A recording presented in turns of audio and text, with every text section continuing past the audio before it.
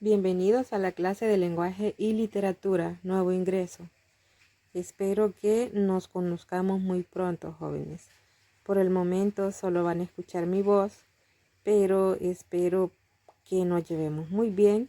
Mi nombre es Franny Maybelline Hernández Díaz. Me pueden decir Sen. Vamos a iniciar con el primer tema. Vamos a hablar de los textos. Tenemos el primero, literarios, y también tenemos los no literarios. Dentro de los literarios, pues sabemos que tienen un propósito artístico o estético. Buscan eventualmente transmitir enseñanzas o hacer reflexionar. Presentan un lenguaje especial que les otorga valor estético. Ejemplos: poemas, cuentos, fábulas, leyendas, obras de teatro, etc. Todo lo que tenga que ver con literatura. También los textos literarios tienen una ficción estética, ¿verdad? Una ficción que que hace ver muy bonito un texto, ¿verdad? También tenemos los no literarios. Los no literarios tienen como propósito ofrecer información, persuadir, dar instrucciones, etc. Presentan un lenguaje sin valor estético, acorde al propósito específico del autor. Ejemplos: informes, noticias, instrucciones, recetas, tiras cómicas, cartas, etc. Y tienen un mundo objetivo de información. Ejemplos: entonces, con mansa admiración, como si descubriera una cosa perdida y olvidada hace mucho tiempo, Argos balbuceó estas palabras: Argos, perro de Ulises, y después, también sin mirarme, este perro tirado en el estiércol. Fácilmente aceptamos la realidad, ¿acaso porque intuimos que nada es real? Le pregunté qué sabía de la Odisea. La práctica del griego le era penosa. Tuve que repetir la pregunta. Muy poco dijo, menos que el Rapsoda más pobre. Ya habrán pasado 1100 años desde que la inventé. Autor: Jorge Luis Borges, el inmortal. Si observamos, ¿verdad? Este es un texto literario porque se toma en cuenta una obra, ¿verdad? Una obra de teatro. Tenemos también el otro ejemplo, ¿verdad? Un texto no literario. Dice: los trabajos de Muybridge entre 1878 y 1881 preludían con su descomposición del galope de un caballo en 24 fotografías, el próximo nacimiento del cine. Su primera etapa, la descomposición fotográfica del movimiento, era ya una realidad. Faltaba tan solo conseguir la segunda, la síntesis del movimiento mediante la proyección sucesiva de dichas fotografías en una pantalla. Roman Gurvin, Historia del cine. Figuras literarias: personificación o prosopopeya. Da características humanas a algo que no las posee. Se utiliza en fábulas o cuentos infantiles. Se expresa textualmente como gráficamente. Ejemplo textual: el furioso trueno nos asusta con sus gritos. Ahí estamos dando una personificación de una, valga la redundancia, una persona, gritos. Solo las personas gritamos, ¿verdad? Entonces ahí está textualmente. También tenemos el ejemplo gráfico. Si observan ustedes ahí en la imagen, ¿verdad? Son unas ardillas. En nuestra realidad, ¿verdad? Las ardillas no cantan, ni hablan, ni se visten. Y en este caso le están dando una personificación a esas ardillas, ¿verdad? A eso se le llama ejemplo o el gráfico, ¿verdad? Igual también le podemos dar vida a una sacapunta, a lo que nosotros nos imaginemos, ¿verdad? Darle una personificación de personas. Metáfora. Es un recurso literario que permite la descripción de algo mediante una semejanza por analogía. Cuando hablamos semejanza por analogía, ¿verdad? Es la imaginación, según la imaginación de cada uno de nosotros. Suele utilizarse para darle más énfasis a una idea o a un sentimiento. Se utiliza en poesía. se compone con término real e imaginario. Esta es la más utilizada, ¿verdad? Donde se complementa con la realidad y la imaginación. También es pura e impura. Cuando nosotros hablamos de pura es cuando lo dejamos todo a la imaginación, pero más que todo la metáfora se utiliza más que todo impuramente porque se mezcla la realidad con la imaginación. No se utilizan nexos como cual, etcétera, ¿verdad? El único que lleva nexo es símil. Ejemplo, sus cabellos son el sol de la mañana, la vida es un maratón. Y ahí, ¿verdad? Tipos de narradores. Tenemos heterodiegético, que está fuera de la historia. Él cuenta la historia en tercera persona. Tenemos narrador omnisciente, todo lo ve y todo lo sabe. También tenemos el narrador objetivo u observador. Este nada más registra los hechos, ¿verdad? Ellos cuentan la historia en tercera persona, ¿verdad? También tenemos homodiegético dentro de la historia y ellos cuentan la historia en primera persona, ejemplo yo y así, ¿verdad? Tenemos narrador testigo, narra lo que sucede al protagonista y tenemos narrador protagonista, también conocido como autodiegético, nos cuenta su propia historia. Ejemplos. Narrador omnisciente. Gregorio ya no comía casi nada, solo si pasaba por casualidad al lado de la comida tomaba un bocado para jugar con él en la boca. Lo mantenía ahí horas y horas y la mayoría de las veces acababa por escupirlo. Al principio pensó que lo que le impedía comer era la tristeza por el estado de su habitación, pero precisamente con los cambios de la habitación se reconoció muy pronto. La asistenta, que siempre tenía mucha prisa, arrojaba simplemente en la habitación de Gregorio todo lo que de momento no servía. Escritor Franz Kafka, La Metamorfosis. Entonces ahí el narrador omnisciente, ¿verdad? Conoce todos los sentimientos, conoce los personajes, ¿verdad? Ahí pues aparece en el otro cuadrito del mismo texto marcado Gregorio y la asistenta, ¿verdad? Son dos personajes que conocen muy bien al narrador omnisciente. Y en el tercer cuadrito, ¿verdad? Si ustedes observan, ahí está marcado en verde, pensó y la tristeza. También el narrador omnisciente sabe los sentimientos de sus personajes. También tenemos otros ejemplos, ¿verdad? De los otros tipos de narradores. Que ahí pues está el siguiente, ¿verdad? El narrador objetivo. Don Pablo extiende el periódico sobre la mesa y lee los titulares por encima de su hombro. Pepe procura enterarse. La señora Elvira hace una señal al chico. Camilo José cela la colmena. En este caso, ¿verdad? Solamente está contando lo que está observando. También tenemos el narrador testigo. Holmes pasó junto a la sirvienta y se precipitó en la sala, seguido por el rey y por mí. Escuchen bien, por mí. Ahí está contando no Holmes, sino que lo está contando otra persona.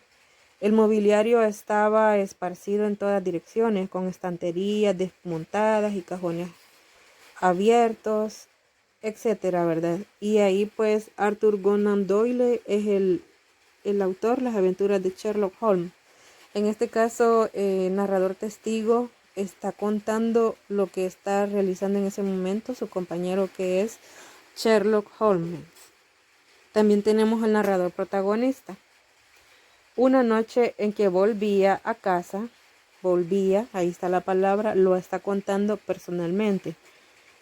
Completamente embriagado después de una de mis correrías por la ciudad, me pareció que el gato evitaba mi presencia. Lo alcancé en brazos, pero asustado por mi violencia me mordió ligeramente en la mano. Edgar Allan Poe, El gato negro. El adjetivo. Palabra que acompaña al sustantivo con la función de describir sus características. Ejemplo, mujer. Bella, independiente, inteligente, amable, decente, alta, soltera, tierna, comprensiva, fuerte. En este caso, ¿verdad? Todo eso es la descripción de la mujer que tenemos en el ejemplo. Luego dice que el adjetivo varía en género y número. Concordancia con el sustantivo al que acompañan. Ejemplo, tenemos singular y plural. Mujer trabajadora, mujeres trabajadoras. Igual hombre trabajador, hombres trabajadores. También hay palabras, ¿verdad?, que se mantienen en género femenino y masculino. Por ejemplo, inteligente. Hombre inteligente, mujer inteligente. Y tenemos otros ejemplos, ¿verdad? Amable, hombre amable, mujer amable. Hábil, hombre hábil, mujer hábil. Y así, ¿verdad? Decente, puntual, feliz, elegante. Los adjetivos complementan al sustantivo, pero pueden aparecer después de un sustantivo, de un verbo, de un adverbio y de una preposición. Y ahí están los ejemplos, ¿verdad? Tengo una camisa pequeña, camisa es sustantivo. Mi camisa es pequeña. Es un verbo, ¿verdad? Del verbo ser. Esta camisa me quedó pequeña. Quedó, ¿verdad? Estamos hablando de un adverbio. Esta camisa es muy pequeña. Muy también estamos hablando de un adverbio de cantidad. Boté mi camisa por pequeña. Y ahí tenemos una preposición que son a, ante, cabe, bajo, con, contra, de, desde, hacia, hasta, para, por. Y ahí están, ¿verdad? Clasificación de los adjetivos. Tenemos los calificativos que son bien reconocidos y también tenemos los determinativos que a veces, ¿verdad?, se nos pasa por alto que también son adjetivos. Vamos a iniciar con los calificativos. Expresan una cualidad, estado o característica del sustantivo. Ejemplo, grande, ágil, dulce, cariñoso, nuevo, fuerte, interesante, alegre, bonito, pesado y metálico. Dentro de los calificativos, ¿verdad?, tenemos explicativo y también tenemos especificativo. El explicativo resalta la característica por encima del sustantivo. Por ejemplo, estoy enamorado de la más hermosa mujer. La característica es hermosa y el sustantivo es mujer. También tenemos el especificativo. Resalta el sustantivo por encima de su característica. Ejemplo, estoy enamorado de la mujer más hermosa. En este caso, el sustantivo está antes, ¿verdad?, de la característica. También tenemos determinativos. Expresan una relación en cuanto al sustantivo en factores como espacio, cantidad, número, posesión, precisión e imprecisión, conocimiento o desconocimiento y actitud. Hay posesivos, mi, mis, tú, tus, sus, etc. Mi camisa, mis camisas, tu cuaderno, tus cuadernos y así, ¿verdad? También tenemos los demostrativos, estos, ese, esos, aquella, etc. Este más que todo indica el lugar, el distanciamiento, ¿verdad? Este puedo estar tocando algo, ese lo puedo estar viendo y lo puedo alcanzar, ¿verdad? Aquellos o aquella, ¿verdad? También lo puedo estar viendo según la distancia. También tenemos indefinidos, pocos, muchos, bastantes, demasiados. No da una cantidad específica, ¿verdad? Por eso se llaman indefinidos. También cuantificadores. En los cuantificadores tenemos los cardinales y los ordinales. Los cardinales son los más reconocidos, ¿verdad? 1, 2, 3, 4, 5, hasta llegar, ¿verdad?, al infinito. También los ordinales, primero, quinto, trigésimo, etcétera, ¿verdad? Dentro de los enfáticos están los interrogativos y exclamativos. Ejemplos: ¿cuántos suscriptores hay en este canal? ¿Y qué ojos tan bonitos tienes? Palabras agudas, graves o llanas. Esdrújulas y sobredrújulas. Ahí tenemos pues el tipo, ¿verdad? Según su acentuación tenemos agudas, las primeras. ¿Cuáles son? Son las que llevan la fuerza de voz, quiere decir la sílaba tónica en la última sílaba. Ejemplos: café, borrador, portal, avión. Cuando se tildan, solo las que terminan en N, S o vocal. En este caso, ¿verdad? Café termina en una vocal, por eso se tilda. Y avión termina en S y por eso también se tilda. Tenemos las graves o llanas, las que llevan la fuerza de voz en la penúltima sílaba. Ejemplos: cráter, martes, lápiz, pastilla. Cuando se tildan, todos a excepción de las que terminan en N, S o vocal. Y en este caso martes termina en S, por eso no se tilda, y pastilla termina en vocal, que es A. Están las palabras esdrújulas, las que llevan la fuerza de voz en la antepenúltima sílaba. Ejemplo: sílaba, ángulo, fábula y lógico. Si ustedes observan, ¿verdad? Cuando se tildan todas. También tenemos las sobreesdrújulas, las que llevan la fuerza de voz en las sílabas anteriores a la antepenúltima sílaba. Ejemplos: llévatelo, déjamelo, cómpramelo, próximamente. Cuando se tildan en su mayoría, pero cuando la palabra es un adjetivo y lleva el sufijo mente, solo se tildan si el adjetivo se tilda. Por ejemplo, ágil más mente igual ágilmente. Y se tilda, ¿verdad? Porque lleva su palabra, la palabra va tildada. Y igual evidente más mente, evidentemente. Y como no va tildada, ¿verdad? No es necesario que lleve el acento. También tenemos ahí a la par un cuadrito. No sé si lo van a alcanzar a ver ustedes, ¿verdad? Pero dice ubicación del acento. Y ahí están, ¿verdad? Agudas en la última. Y ahí están sus ejemplos: mamut, país, colibrí, corazón. También tenemos graves o llanas, y ahí está, ¿verdad? La posición donde va el acento. Ejemplos: tórax, lápiz,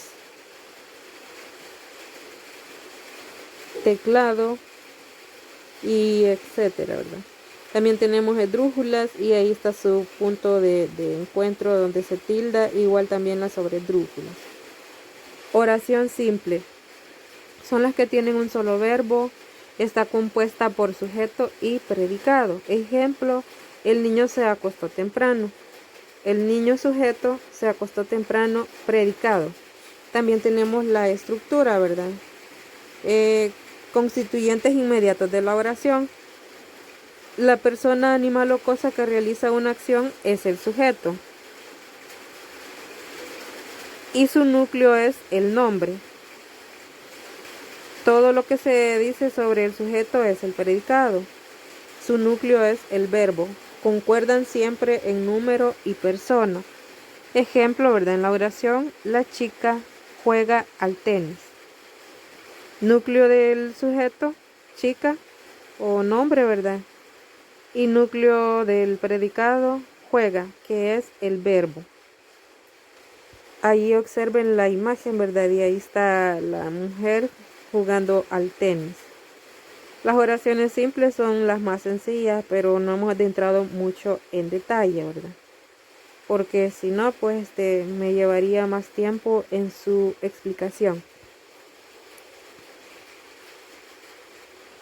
Ahí también, ¿verdad? Podemos observar, igual que en el ejemplo de la oración de la mujer o de la chica, también tenemos al niño, ¿verdad? Que ahí está dormido y se acostó temprano porque tenía sueño, o no sé, ¿verdad? Podría ser porque también tiene su hora de acostarse, etcétera.